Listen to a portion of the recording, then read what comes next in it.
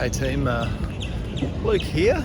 I just wanted to give a shout out to all the folk within the Energy Efficiency Council that worked on our submission to the National Energy Performance Strategy.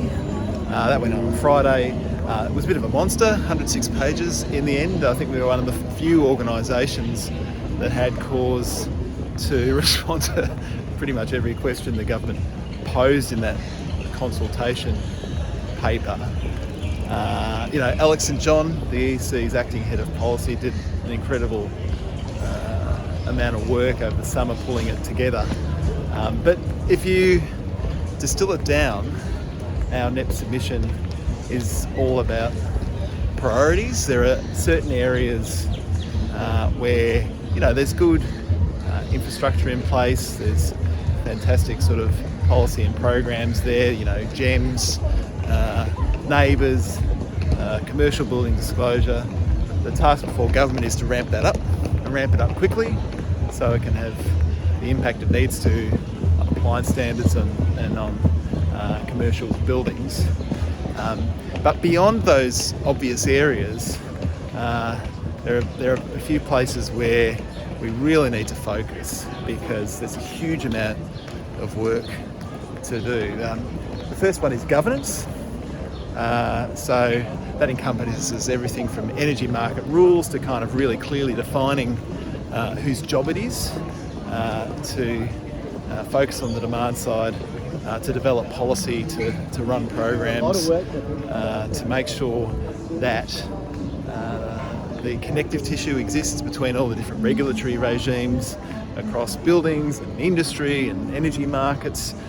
We actually think that there's a case for a new body that has carriage of all those issues, and until we have it, it's going to be hard to have the joined up conversation that we need to in this nation. And there's international examples, things like the California Energy Commission do a really good job of this that we can draw inspiration from. The second area is residential rehabilitation, fixing the 10 million or so poorly performing buildings that we have across this nation, particularly those built before 2005, is going to be a critical KPI for the energy transition, and it's a huge job. We have lots of work to do. We've got to start with a really clear national disclosure framework for energy performance, but there's a lot of stuff that needs to be built around that: skills, supply chains, finance, support for vulnerable households. It's a huge job. We need to roll up our sleeves and get stuck in. Third area, of course, is industrial decarbonisation. We actually don't have a comprehensive strategy for industrial decarbonisation in this nation. In particular, those entities that aren't covered by the safeguard mechanism, we don't have a lot of policy that's engaged with small and medium manufacturers and other industrial businesses that often have a pretty significant carbon load, a pretty significant energy spend, and have a lot of opportunity, frankly, to both cut their bills and cut carbon emissions. We think that the government should embark on an industrial decarbonisation strategy that sets out a clear pathway for all the subsectors within the industrial space to decarbonise, that aligns state and federal government programs and give some clear guidance to those subsectors of what the expectations are in that space. But in the meantime, there's a lot you can do. Metering, monitoring, energy management systems, support for ARENA to do transformative fuel switching and electrification projects, building out that skills base, building up those supply chains for some of that really innovative technology that exists in other parts of the world but isn't necessarily available here. That's all going to be incredibly helpful.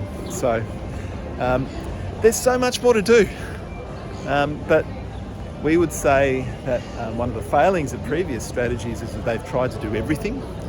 And so if we can focus on these three areas, focus on governance, focus on residential rehabilitation, a focus on industrial decarbonisation, along with leaning into the areas that we have the infrastructure in place already around commercial buildings and around appliance standards. We can, I think, make some really significant progress really quickly. So that's our view. It's over to our friends in the department, over to Assistant Minister McAllister and Minister Bowen to reflect on where they want to take that. But certainly Australia's energy management sector stands ready to work with the government to put energy efficiency, energy management, demand response, electrification, fuel switching, all of these approaches where they need to be, right at the heart of Australia's energy transition. Cheers.